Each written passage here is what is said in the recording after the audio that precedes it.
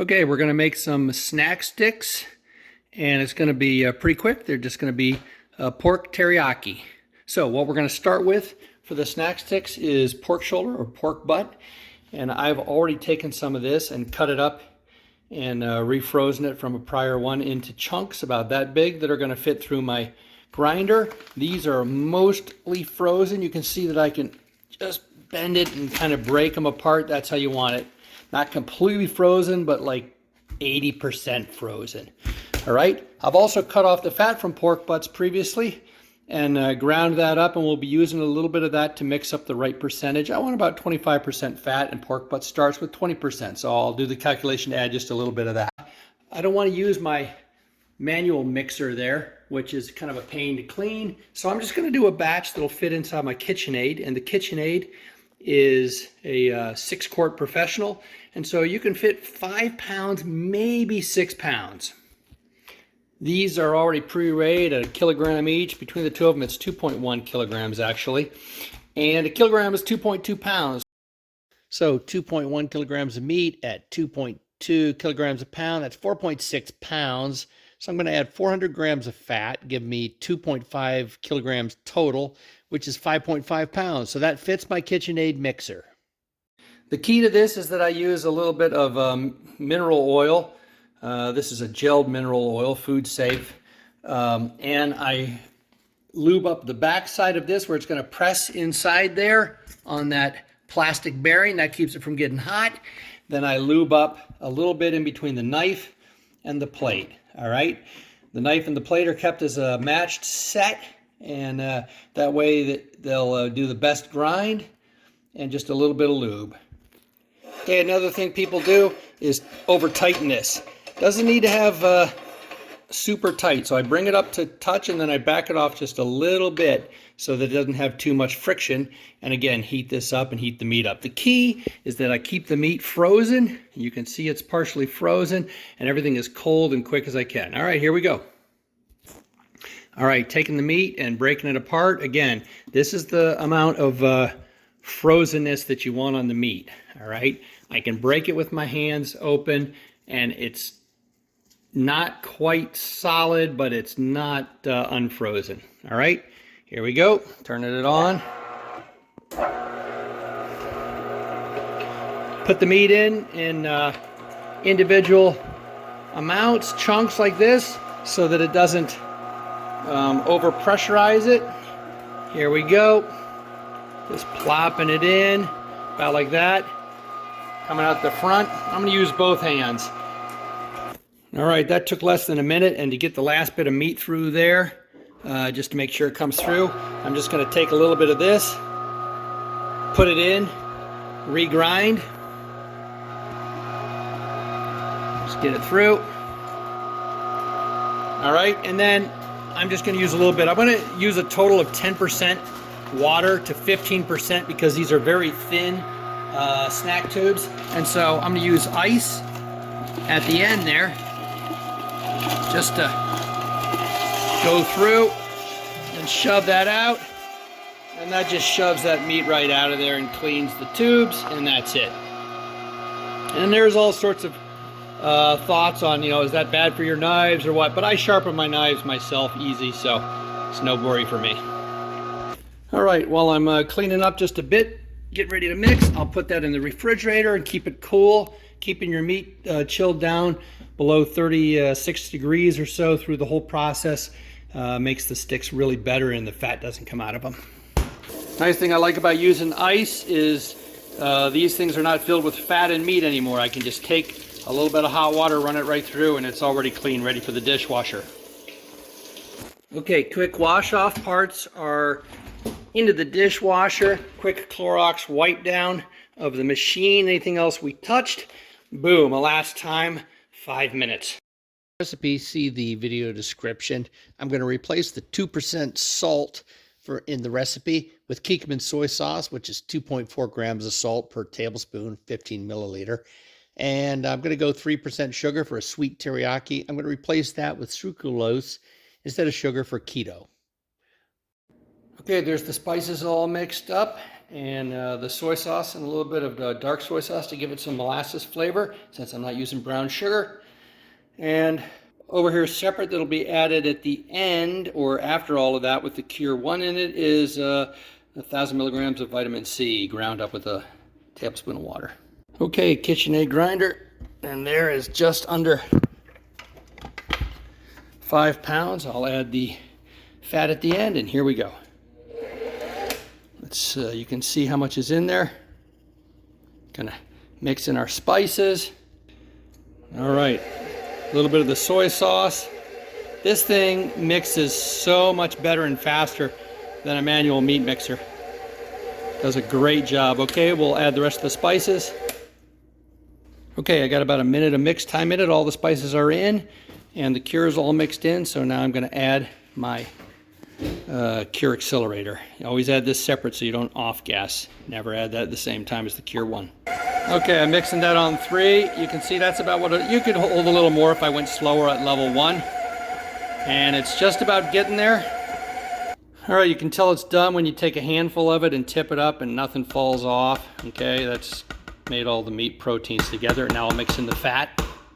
All right, I got 400 grams of fat with my 2,100 grams of meat, gives me 2.5 kilograms. I like to mix in the fat hard frozen at the end, separately ground, right? And what that does is keep it from smearing and give good particle, a little bit of particle definition, but really keeps it from smearing and getting fat out. Okay, that's it, about a minute. Now we'll clean this off, take it down to the stuffer and stuff. Okay, getting ready to stuff. It's hard to stuff snack sticks. I was gonna use a 16 millimeter case. I decided to go with a 19 millimeter case because this is already a pretty thick, and it was getting thicker and thicker. And so I think I'd have a hard time getting it through the smaller tube. So a slightly bigger tube. Here's the other things you can do to stuff. Easier stuffing. Spray the inside of your container so the meat slides, and lube this up, this O-ring, so that it slides down so you don't have any restrictions. And that's just a little bit of canola oil, and that'll help everything go. Okay, we just scooped this meat mixture. It's hard to do with 2 hands. Into here and pack it in. I like to put it on top of the prior meat and shove it down. That gets rid of air bubbles. And you can see using this in the spatula makes it easy. Okay, we put our meat thing up in there. We put our snack sticks loaded on, about the right amount to hold about 6 pounds. Tie it off, lower it down. Here we go. Okay, I can't really do this with one hand. I need 2. But basically, I just keep this feeding off so that it's about that stuffed. This is a little bit too tight right here. Okay, you want to be able to see some wrinkles, some marks in it like that. Otherwise, you can have blowouts. So that right there is a little bit too tight. And I just crank it with one hand and feed it with the other as I go. And I got this little turntable, makes it easy.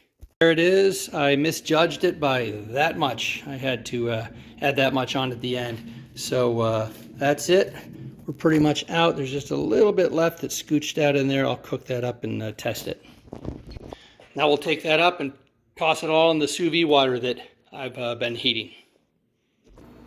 Okay, I'm going to show a little trick here. I want to fit this all into here. I know this is 6 quarts, so that's about 6 liters. It should take up 6 liters of, it's not even quite 6 quarts, it's like 5 quarts. So 6 liters of water. I preheated that up to 180. It'll cool down.